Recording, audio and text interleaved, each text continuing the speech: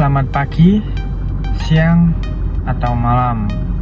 Dengan saya Novel Fikri Zain, mahasiswa UASM jurusan Ilmu Komunikasi dengan NIM G331210166.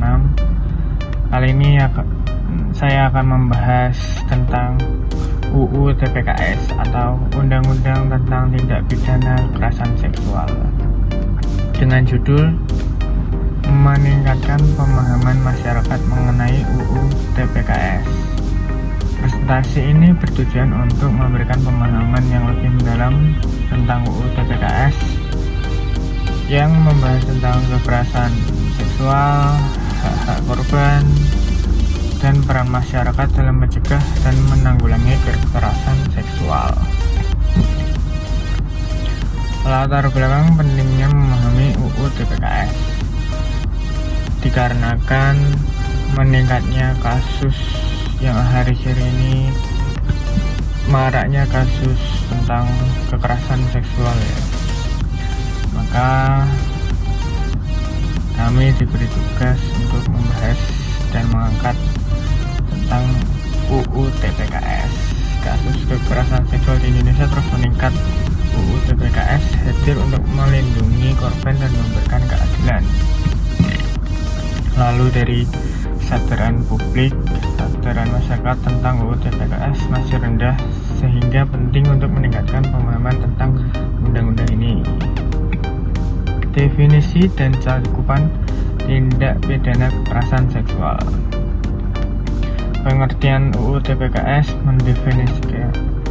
mendefinisikan kekerasan seksual sebagai setiap perbuatan yang melanggar kebebasan, hak, dan integritas seksual seseorang, yang meliputi pelecehan seksual, eksploitasi seksual, perbudakan seksual, dan kekerasan seksual lainnya.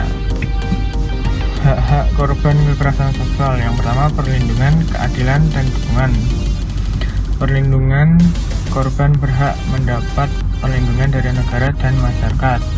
Dalam keadilan, korban berhak mendapat keadilan dan akses terhadap proses hukum. Dengan secara dukungan, korban berhak mendapatkan dukungan emosional, medis, maupun psikologis. Langkah-langkah yang dapat diambil dalam situasi kekerasan seksual. Yang pertama, segera laporkan dengan pihak berwenang seperti polisi atau lembaga perlindungan perempuan. Yang kedua, mencari dukungan maupun dukungan dari emosional dari keluarga, teman, atau konselor atau psikolog. Kumpulkan semua bukti kekerasan seksual seperti foto, pesan, atau keterangan saksi. Cari saksi sebanyak-banyaknya ya. Peran masyarakat dalam mencegah dan menanggulangi kekerasan seksual. Yang pertama, kita harus meningkatkan kesadaran tentang kekerasan seksual dan dampaknya itu seperti apa. Yang kedua, kita harus menunjukkan rasa kepedulian terhadap korban dan memberi dukungan kepada korban kekerasan seksual. Yang ketiga, kita harus melapor jika kita mengetahui adanya tindakan kekerasan seksual. Studi kasus dan contoh penerapan UU TPKS. Kasus pertama, contoh pelecehan seksual di tempat kerja yang berhasil diselesaikan dengan UU TPKS. 2. Hukuman contoh sanksi yang diberikan kepada pelaku kekerasan seksual berdasarkan UU TPKS. Ajakan positif. Dorong masyarakat untuk mendukung korban dan melaporkan tindakan kekerasan seksual.